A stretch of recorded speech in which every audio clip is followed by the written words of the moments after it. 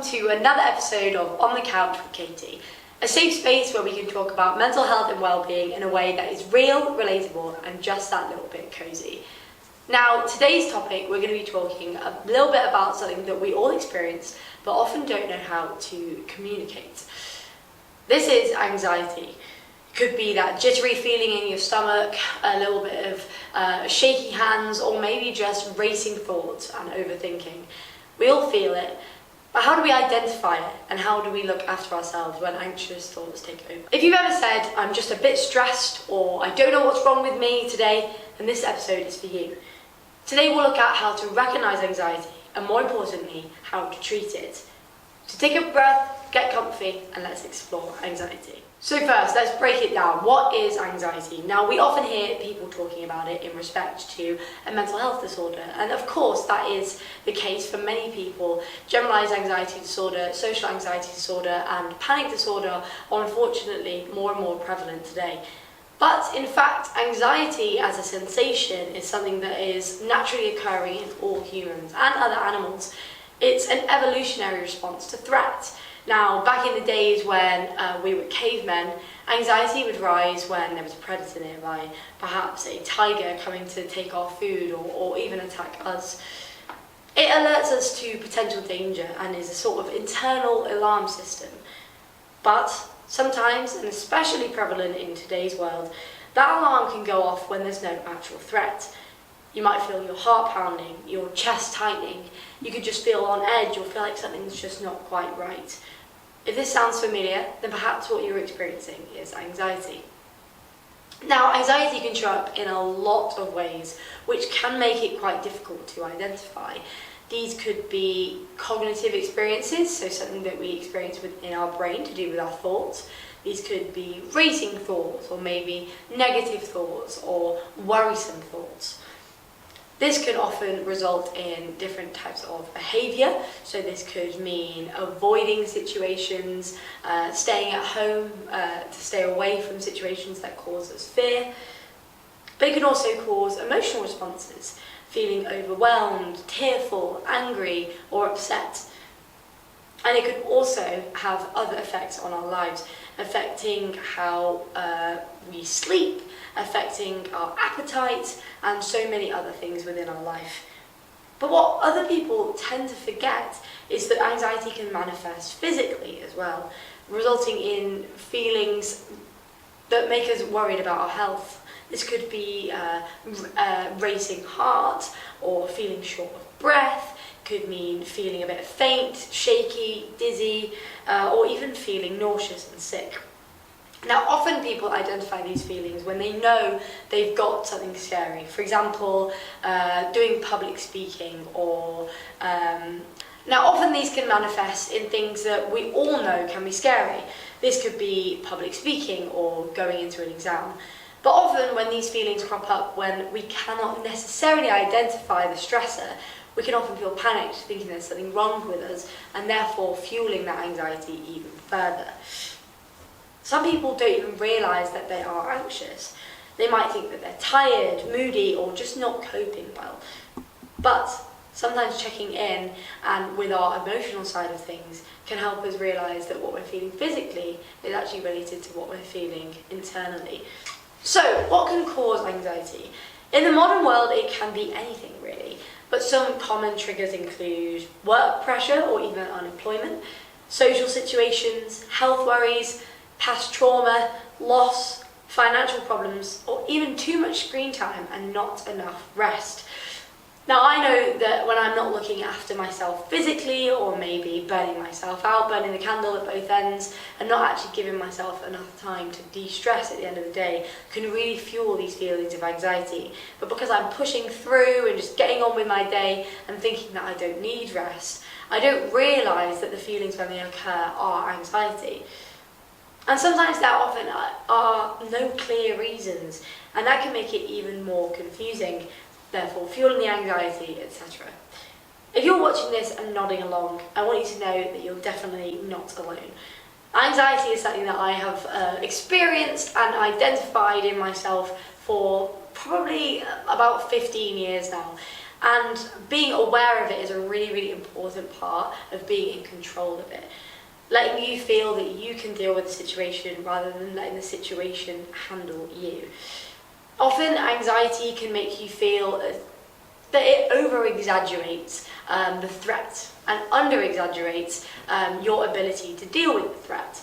But often it's the other way around. We're much better at dealing with experiences as humans than we realise. But we must also give ourselves the patience and ability to relax so that we're able to deal with it when it occurs. Now, let's talk about what we can do. Anxiety shouldn't have to be something that you just put up with. There are things that can really help. Let's talk about a few tools that we can try. First of all, and you've definitely heard this before, breathing exercises.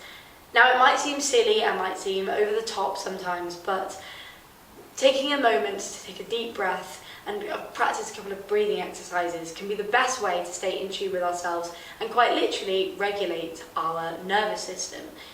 Now, you might have heard the expression fight or flight.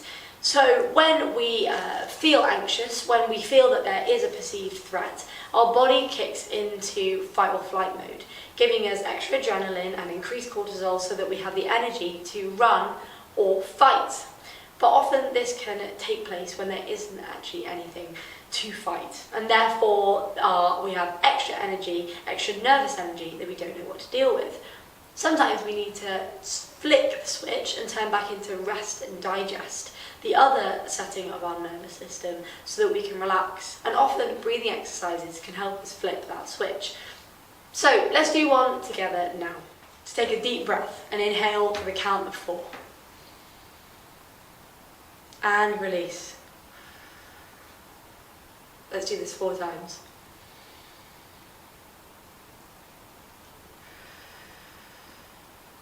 And again.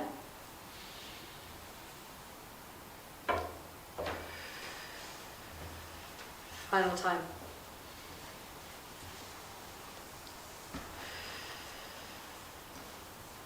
Now you can practice this at any point throughout your day. Maybe when you've gone to put the kettle on, or maybe when you've gone to nip to the loo. There are always times in our day that we can prioritise deep breathing.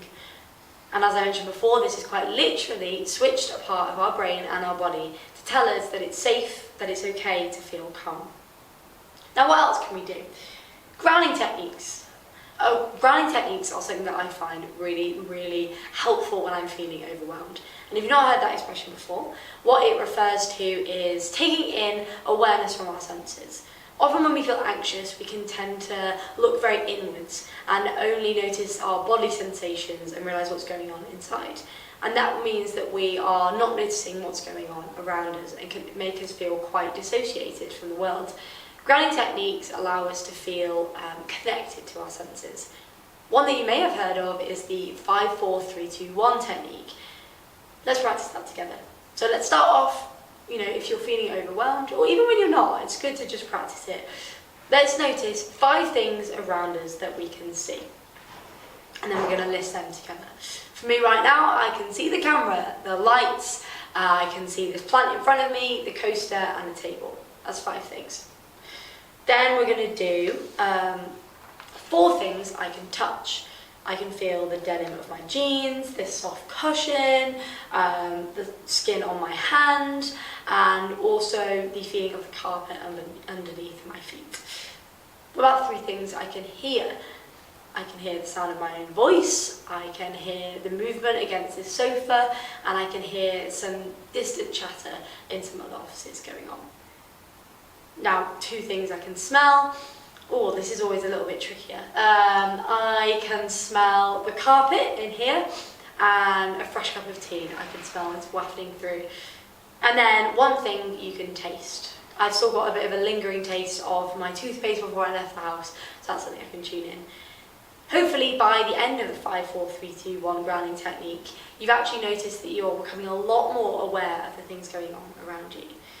And really, this can help you pull back to the present moment and really take the focus away from something that is stressing you out. Other grounding techniques can involve taking yourself away to the bathroom and washing your hands. What I like to do is switch between the hot and the cold tap so that I can notice the sensation of these different temperatures against my hands. There are so many different grounding techniques, and we will leave some links to further resources at the end of this episode. Number 3, of course, talk to someone. Sometimes by just releasing the stress, having a rant, having a vent about something that we're experiencing can also make us feel much more relaxed and much more in control. I find that by separating the thoughts from inside my brain and putting them out into the outside world, make me feel as though the anxiety isn't taking over me as much anymore. Whether it's a friend, a family member, or even an unbiased professional, speaking about your anxiety out loud can take the power away from it. Number 4 is movement. So you don't have to run a marathon. A simple walk, or maybe just putting your favourite song on and just having a little bit of a dance. Or even gentle stretches can help you feel more connected to your body and release endorphins and therefore feel a little bit more relaxed. It can help release this anxious energy that we talked about earlier that comes up in the fight or flight mode and allow us to feel much more in tune. And finally, some things that I've found to be really helpful in reducing anxiety in my everyday life is limiting anxiety-inducing fuel. For me, I've actually cut out caffeine. Or if this is something that you don't believe is possible for you, or perhaps caffeine affects you differently, maybe it's about reducing it. And just maybe where you could have had 4 cups of tea a day, maybe have only 2, or have 2 decaffeinated, 2 normal. It's not about going completely cold turkey, but it's about noticing if anxiety is something that's affecting you, that perhaps there are ways that we can reduce things that fuel anxiety. This can also occur with high levels of sugar or alcohol, or maybe not enough sleep and too much screen time. Are there habits that you can change and decrease, or even positive habits that you can add into your life that might overall improve your lifestyle and decrease levels of anxiety? Overall, it's important to notice what makes you feel better and what things can often make you feel worse. So, anxiety is common, but it doesn't mean that you should therefore ignore it and not validate the feelings when they occur. If you feel that anxiety might be taking over your life and might be becoming more problematic than you initially thought, then perhaps it's time to seek further help. As we talked about earlier, it's important to speak to a trusted individual, whether that be a family member or a friend. But I can honestly say that taking the next step into speaking to a therapist or a counsellor or another mental health professional has been one of the best things that I've ever done. Personally, I'm also on anti-anxiety medication. Now, that might not be the perfect route for everybody, but I have found it particularly helpful for me. And that involved some deep introspection and realising that something had to change, and I wanted to be in control of my anxiety and not let the anxiety take over me. If your anxiety is stopping you from living your life and reducing overall quality of life, then please reach out for help. Your GP can help, and there are also free helplines, counselling services and support groups that you can reach out to. There's nothing weak about asking for help. In fact, it's one of the bravest and strongest things that you can do. So, today we've learned that anxiety isn't a flaw. In fact, it's a signal, one that we can learn to control and manage. It might not go away completely, but you can absolutely take back control and learn to live your life without anxiety ruling it. And if you're struggling today, please remember that this moment will pass. You're doing better than you think, and you're definitely not alone. Thank you for spending time with me today on the Couch with Katie. Remember, you are not alone, and there is always support out there. Check our bio for more information for mental health resources, and we'll be back again next episode for more information about your mental health and well-being. Bye!